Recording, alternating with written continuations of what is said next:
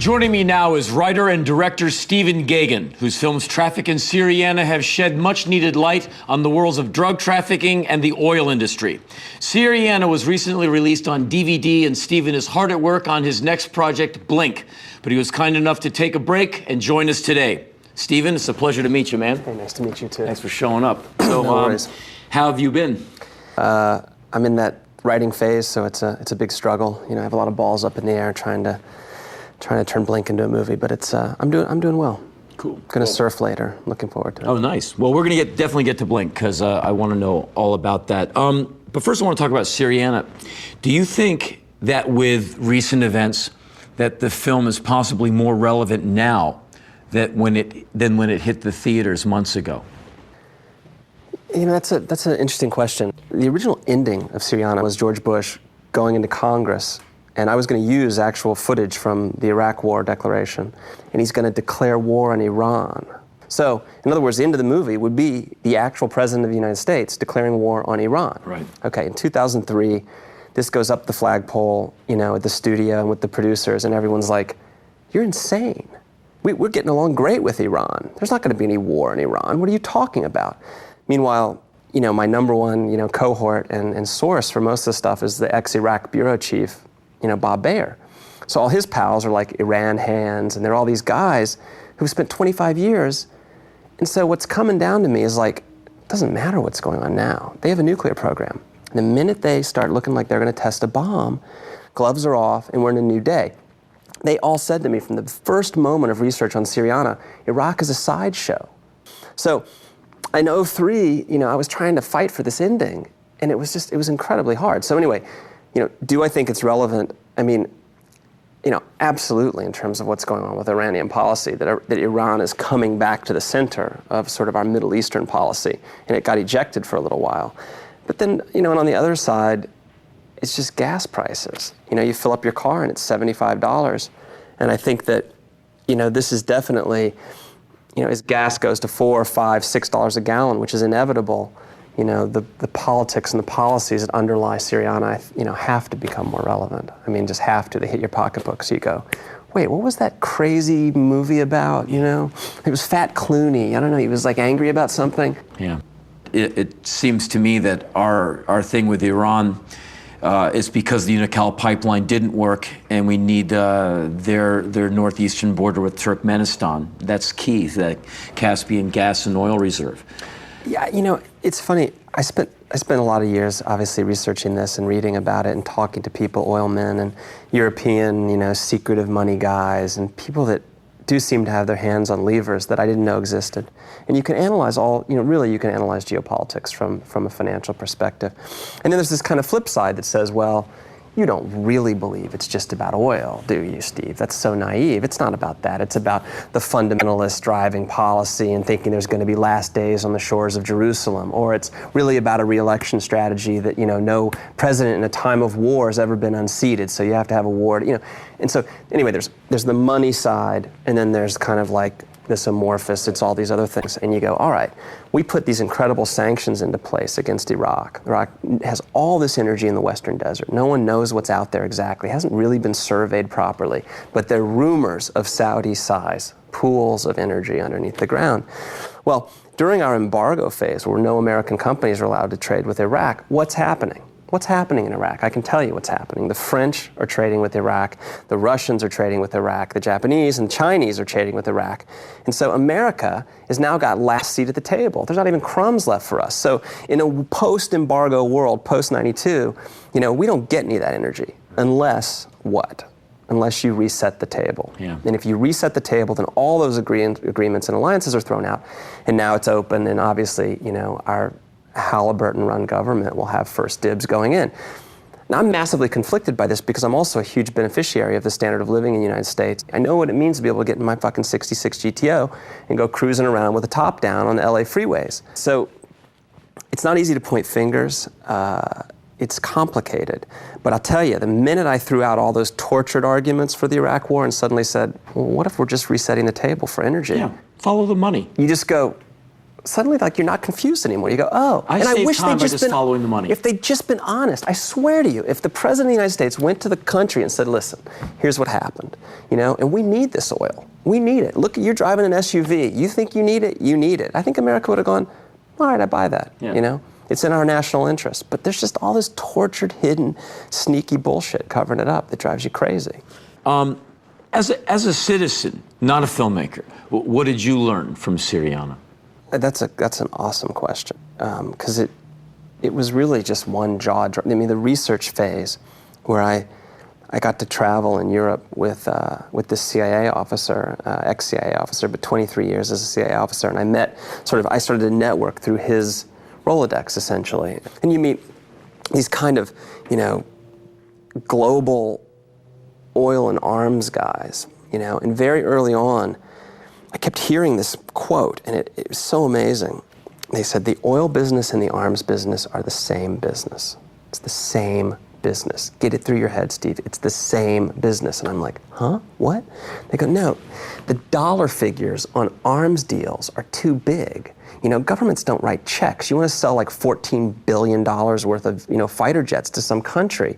You don't go, well, here's a check for $14 billion, thank you, and deposit it, at the Citibank. It's like what happens actually is oil's traveling on a bunch of tankers headed some way under a Liberian flag. That oil's owned by X company. Suddenly it's under one government flag in a partnership with 3 people. Suddenly the flag changes, the ship changes direction, and the payment for these jets comes in energy.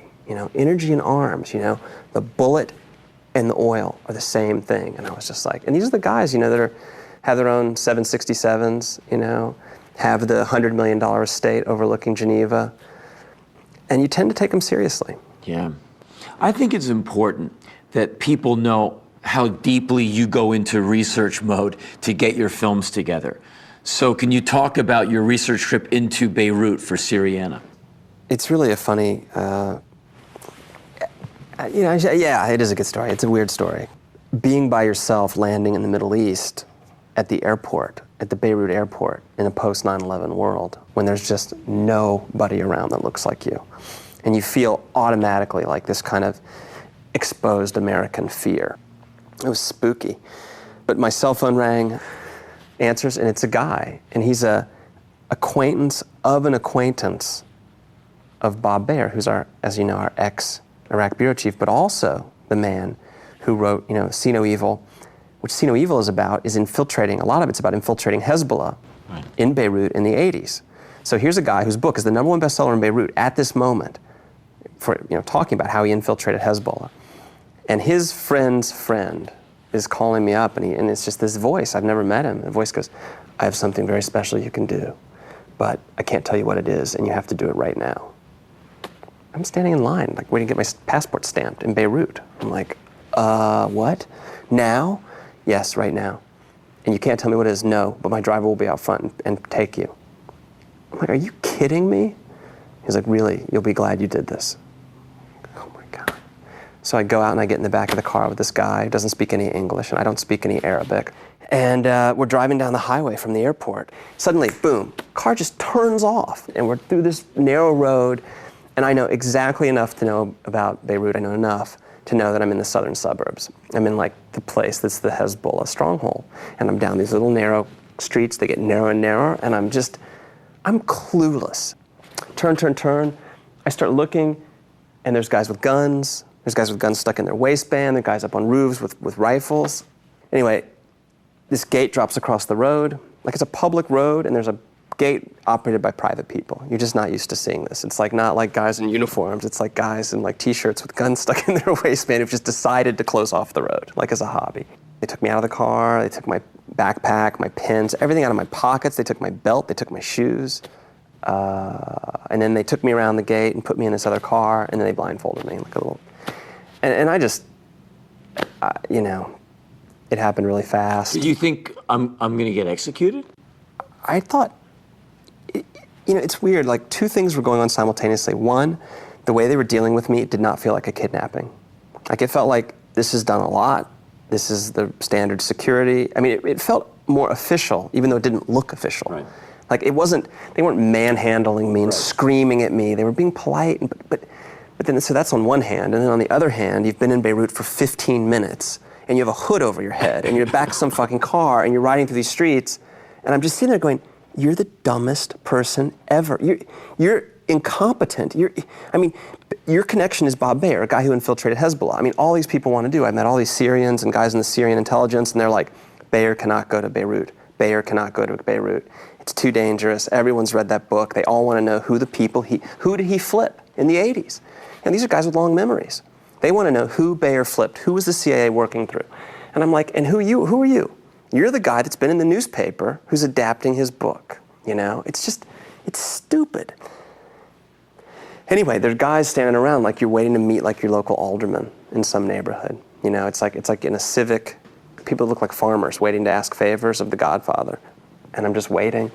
And eventually a door opens and a shadow passes and this door opens and they bring me in. And Fadlullah's there with some of the political people he's the spiritual leader of Hezbollah, and some of the political people are there. And it's very austere and very quiet. Everybody has a gun. They put me in a high back chair next to him. He doesn't speak English, I don't speak Arabic. And we just sit there. And it's really strange. And then finally the door opens and in comes the friend of the friend, who speaks great English and perfect Arabic. And he says, I'm so sorry I'm late. This is Sayyid Fadlullah. This is a great honor. Ask him anything you like. And my response is, I'm just like, I can't think of a thing. I mean, I had no idea what was going on. With context, it wasn't a kidnapping. I mean, it didn't feel like a kidnapping, really. And with context, you would understand that. Yeah. But you're just like, what am I doing here? I have a child. Man, my jaw's on the ground. This stuff is amazing. It's just like, and I think I say to like people, filmmakers, like people, particularly aspiring writers, I talk to a lot, and I'm always mentoring people through these different programs, and I'm always saying, it's just, the best stuff is out there, You don't have to be, Mankiewicz or, one of these guys, I don't have that level of skill. It's just, there's so much great stuff out in the world. If you just leave LA, leave the country, go out in the world and just listen. There's just the great stuff will be handed to you. Yeah. Let's talk about Blink. It's going to be a DiCaprio film. This is probably going to be a mainstream for you. God, I hope so. I want to throw a slow, fast, fat pitch right over the center of the plate. I think, with Blink, what got me excited about it, I mean, really, is something, again, it's quite esoteric in a weird way, and it's that Malcolm Gladwell has a voice that's wonderful. He had a thesis about thin slicing. The first impression, what happens, what do you see when you first, your quote, intuition tells you something about a person, or, is someone telling you the truth or not? And that's this Blink moment, what he called the first 2 seconds. And he makes a long case from a lot of different directions, for sort of how that happens and why it matters. And I'm really drawn to that thesis. Like, I like that thesis a lot. And there's one little section of the book that I think was a place to look to develop a dynamic. And so basically Malcolm and I and Leo created some original characters that aren't in the book. And, he's playing someone who doesn't exist in the book. It's all sort of made up. And it sort of loosely starts with one little section and then just goes off on this kind of crazy things. So I think that if you had to work all of the material in Blink into a movie, you would, I thought about that and I rapidly went insane. Right. It's not possible, so. How long has this been on the board? I've been working on it pretty nonstop for about 6 months. And so I'm in that suffering phase. Right. I'm in the self-pity, the navel-gazing self-pity phase of work. Well, thanks for being here. And it's nice to meet you. And thank you for making these films that really matter. And I can't wait for the next one, because I'm a fan of yours, definitely a fan of Leo's. And thanks for being on the show. It's really great to meet you. It's likewise. I'm sure you hear it all the time. But thank you, man. Thank you very much.